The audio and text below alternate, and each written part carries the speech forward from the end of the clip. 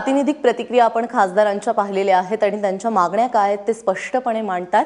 जवळपास 200 खासदार या धरणं आंदोलनामध्ये आज सहभागी होत आहेत। या ठिकाणावरून आंदोलनाचा आढावा घेतलाय आमचा प्रतिनिधी प्रशांत कदमने।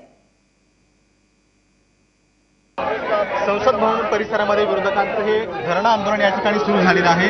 काँग्रेस, त्याच्यानंतर इतर सगळे डावे पक्ष जे आहेत ते या ठिकाणी उपस्थित आहेत। त्याच्यानंतर तृणमूल काँग्रेस, एआयडीएमके असे सगळे पक्ष या ठिकाणी उपस्थित आहेत। महत्त्वाचं म्हणजे यावेळी या मोर्चामध्ये शिवसेना सहभागी नाहीये, मात्र महाराष्ट्रातला राष्ट्रवादी पक्ष या मोर्चामध्ये सहभागी आहे।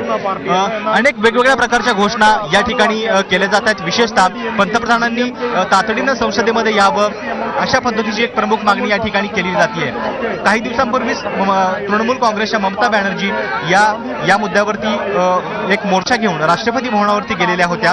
यावेळी हे संसद खासदार जे आहेत ते राष्ट्रपती भवनावर नाही आहेत, मात्र या ठिकाणी एक मोठा प्रोटेस्ट करण्याचा त्यांचा विचार आहे आणि यानंतर संसदेमध्ये देखील याचे पडसाद नक्कीच उमटणार आहेत। गेल्या 4 दिवसांपासून कुठल्याही पद्धतीचं कामकाज संसदेमध्ये होऊ झालेलं नाहीये, कारण एकच मागणी आहे, राज्यसभेमध्ये पंतप्रधानांनी उपस्थित राहावं आणि पंतप्रधान अजूनही राज्यसभेमध्ये आलेले नाहीयेत।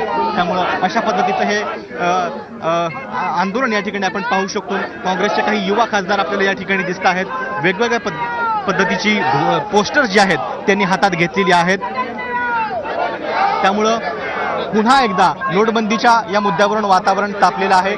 डाव्या पक्षांनी काही वेगळ्या कल्पना देखील मांडलेल्या आहेत। पंतप्रधानांच्या विरोधामध्ये हक्कभंग प्रस्ताव आणला जावा अशी मागणी आहे। शिवाय काही पक्ष या मुद्द्यावरती भारत बंद आयोजित करण्याचं मागणी करतायत। अर्थात तृणमूल आणि एआयडीएमकेने याला विरोध केला आहे, कारण नोटबंदीच्या मुद्द्यावरती ऑलरेडी देशामध्ये भारत बंद सारखीच परिस्थिती आहे। त्यामुळे आता विरोधकांची मागणी जी आहे ती आणखी कुठल्या टोकाला जाणार, काय नेमकं पुढे होणार याकडे सगळ्यांचं लक्ष लागलेलं असेल। प्रशांत कदम, एबीपी माझा, नवी दिल्ली।